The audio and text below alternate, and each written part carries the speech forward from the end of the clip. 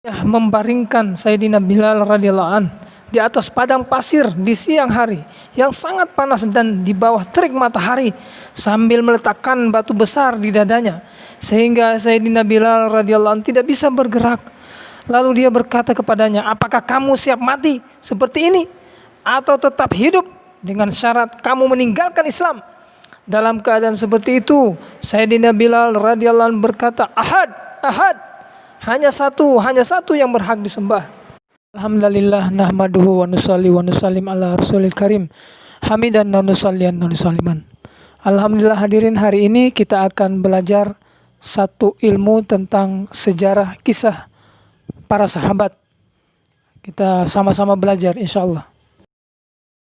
Bismillahirrahmanirrahim. Kisah Islamnya Sayyidina Bilal bin Rabah al-Habsyi radhiyallahu anhu dan penderitaannya.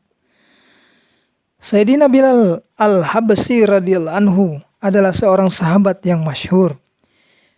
Dia muazin tetap Masjid Nabawi. Semula dia seorang budak milik orang kafir, yaitu Umayyah bin Khalaf. Kemudian dia memeluk Islam yang menyebabkannya banyak menerima berbagai siksaan. Umayyah bin Khalaf adalah seorang kafir yang sangat memusuhi Islam. Dia membaringkan Sayyidina Bilal radhiyallahu anhu di atas padang pasir di siang hari yang sangat panas di bawah terik matahari sambil meletakkan batu besar di dadanya sehingga Sayyidina Bilal radhiyallahu anhu tidak bisa bergerak. Lalu dia berkata kepadanya, "Apakah kamu siap mati seperti ini atau tetap hidup dengan syarat kamu meninggalkan agama Islam?" Dalam keadaan seperti itu, Sayyidina Bilal radhiyallahu anhu hanya berkata, "Ahad, ahad." Hanya satu yang berhak disembah. Malam hari dia dirantai dan dicambuk terus-menerus sehingga badannya penuh luka. Esok harinya dengan luka itu dia dijemur kembali di padang pasir yang panas terik sehingga lukanya semakin parah. Tuannya berharap dia akan meninggalkan Islam atau mati menggelepar. Orang yang menyiksa Sayyidina Bilal radhiyallahu anhu sampai keletihan sehingga perlu bergantian. Kadang Abu Jahal, Umayyah bin Khalaf, dan terkadang orang lain. Setiap orang berusaha menyiksanya sekuat tenaga. Ketika Sayyidina Abu Bakar radhiyallahu anhu melihat penderitaannya, Sayyidina Bilal radhiyallahu anhu dia membeli Sayyidina Bilal radhiyallahu anhu dan memerdekakannya. Faedah: orang-orang musyrik menjadikan berhala sebagai sesembahan, sedangkan Islam mengajarkan tauhid. Inilah yang menyebabkan lisan Sayyidina Bilal radhiyallahu anhu selalu berucap ahad, ahad. Hal itu karena hubungan dan cintanya yang tinggi terhadap Allah Subhanahu wa taala. Dalam cinta dunia yang palsu pun, kita melihat seseorang yang mencintai seseorang tertentu akan merasa nikmat bila menyebut nama orang yang dicintainya. Kadangkala tanpa tujuan yang jelas, namanya akan disebut-sebut. Lalu bagaimana dengan cinta kepada Allah Subhanahu wa taala yang mendatangkan kesuksesan dunia dan akhirat? Karena cintanya kepada Allah Subhanahu wa taala inilah Sayyidina Bilal radhiyallahu anhu didera dengan siksa, dengan segala siksa. Dia diserahkan kepada anak-anak Mekah untuk diarak di lorong-lorong. Akan tetapi dari bibirnya selalu terucap ahad, ahad.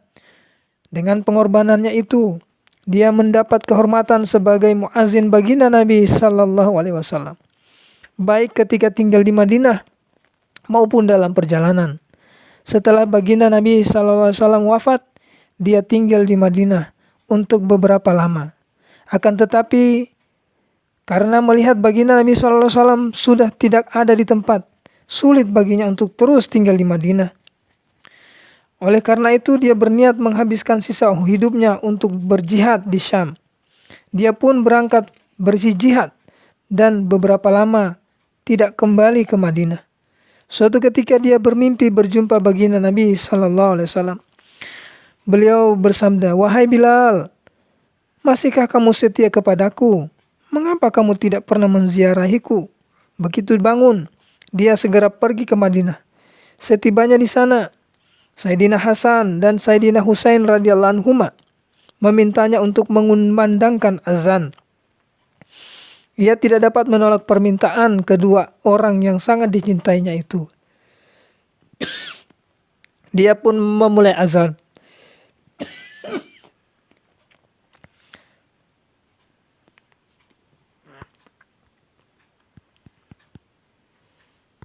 Tatkala suara azan seperti pada masa baginda Nabi SAW, Rasulullah SAW, tatkala suara azan seperti pada masa hidup baginda Nabi SAW sampai di telinga penduduk Madinah, Madinah pun gempar. Para wanita menangis dan keluar dari rumah-rumah mereka. Setelah tinggal beberapa hari di Madinah, dia pun kembali ke Syam. Menjelang tahun 20 Hijriah, dia wafat di Damaskus. Dari kitab Usudul Ghabah.